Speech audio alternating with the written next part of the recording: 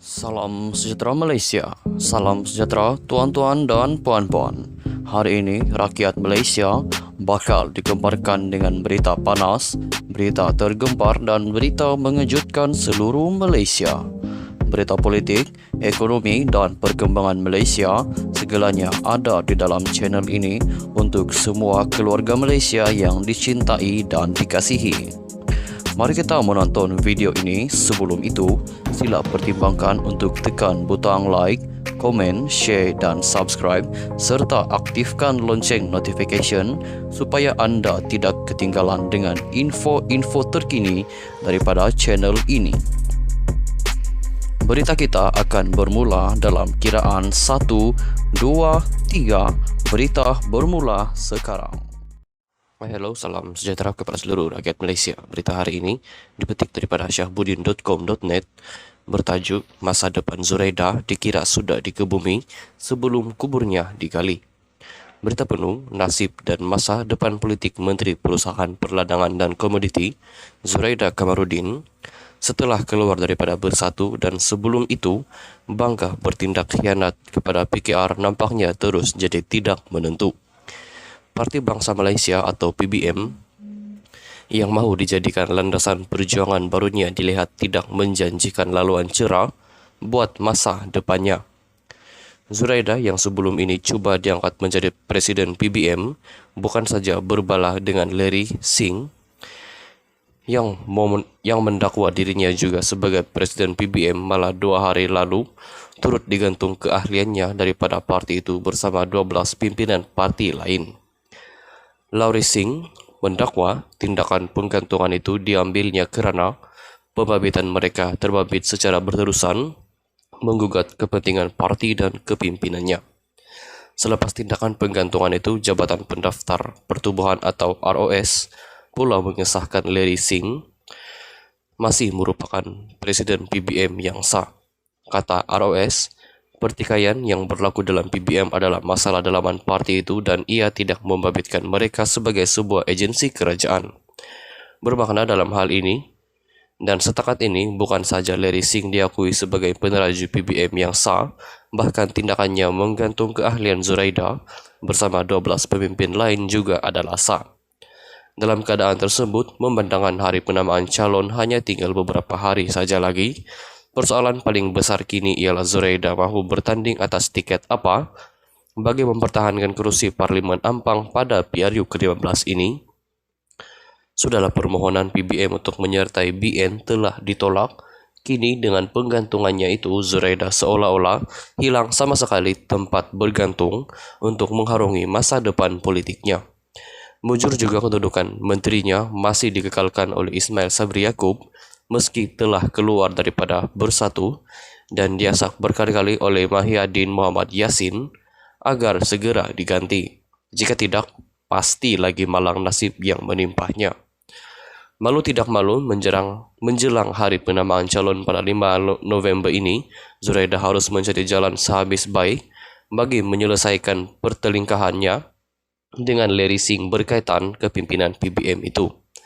Gagal berbuat demikian atau jika Larry Singh enggan berdamai dengannya, serta akhirnya terpaksa berganding atas tiket bebas di Ampang dan bersendirian tanpa sebarang pakatan dengan mana-mana gabungan, harapannya untuk menang boleh dikira sudah melayang bak debu-debu berterbangan. Masa depan politik beliau dengan itu tak ubah seperti sudah dikebumi sebelum pun kuburnya digali, dan tanpa perlu menunggu tarik pengundian pada 19 November nanti. Adakah semua ini balasan Tuhan atas pengkhianatannya selama ini? Dalam satu rekaman video selepas bertindak khianat kepada PKR dan seolah-olah berjaya menghalang Anwar Ibrahim daripada menjadi Perdana Menteri pada tahun 2020 dahulu, Zuraida pernah dengan bangga menyanyi sambil mengungkapkan kata-kata bye-bye Anwar.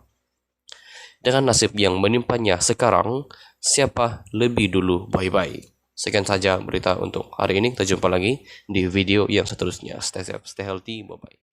Hello, salam sejahtera kepada seluruh rakyat Malaysia. Berita hari ini dipetik daripada syahbudin.com.net bertajuk Masa Depan Zuraida dikira sudah dikebumi sebelum kuburnya digali. Berita penuh nasib dan masa depan politik Menteri Perusahaan Perdagangan dan Komoditi Zuraida Kamarudin setelah keluar daripada Bersatu dan sebelum itu bangga bertindak khianat kepada PKR nampaknya terus jadi tidak menentu. Parti Bangsa Malaysia atau PBM yang mahu dijadikan landasan perjuangan barunya dilihat tidak menjanjikan laluan cerah buat masa depannya. Zuraida yang sebelum ini cuba diangkat menjadi Presiden PBM bukan saja berbalah dengan Larry Singh yang mendakwa dirinya juga sebagai Presiden PBM, malah 2 hari lalu turut digantung keahliannya daripada parti itu bersama 12 pimpinan parti lain. Larry Singh mendakwa tindakan penggantungan itu diambilnya kerana pembabitan mereka terbabit secara berterusan menggugat kepentingan parti dan kepimpinannya. Selepas tindakan penggantungan itu, Jabatan Pendaftar Pertubuhan atau ROS pula mengesahkan Larry Singh masih merupakan Presiden PBM yang sah. Kata ROS, pertikaian yang berlaku dalam PBM adalah masalah dalaman parti itu dan ia tidak membabitkan mereka sebagai sebuah agensi kerajaan.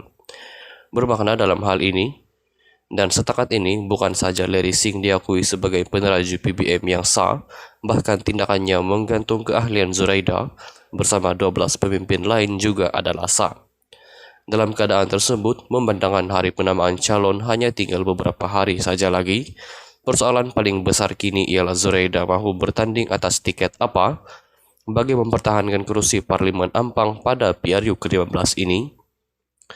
Sudahlah permohonan PBM untuk menyertai BN telah ditolak, kini dengan penggantungannya itu Zuraida seolah-olah hilang sama sekali tempat bergantung untuk mengharungi masa depan politiknya.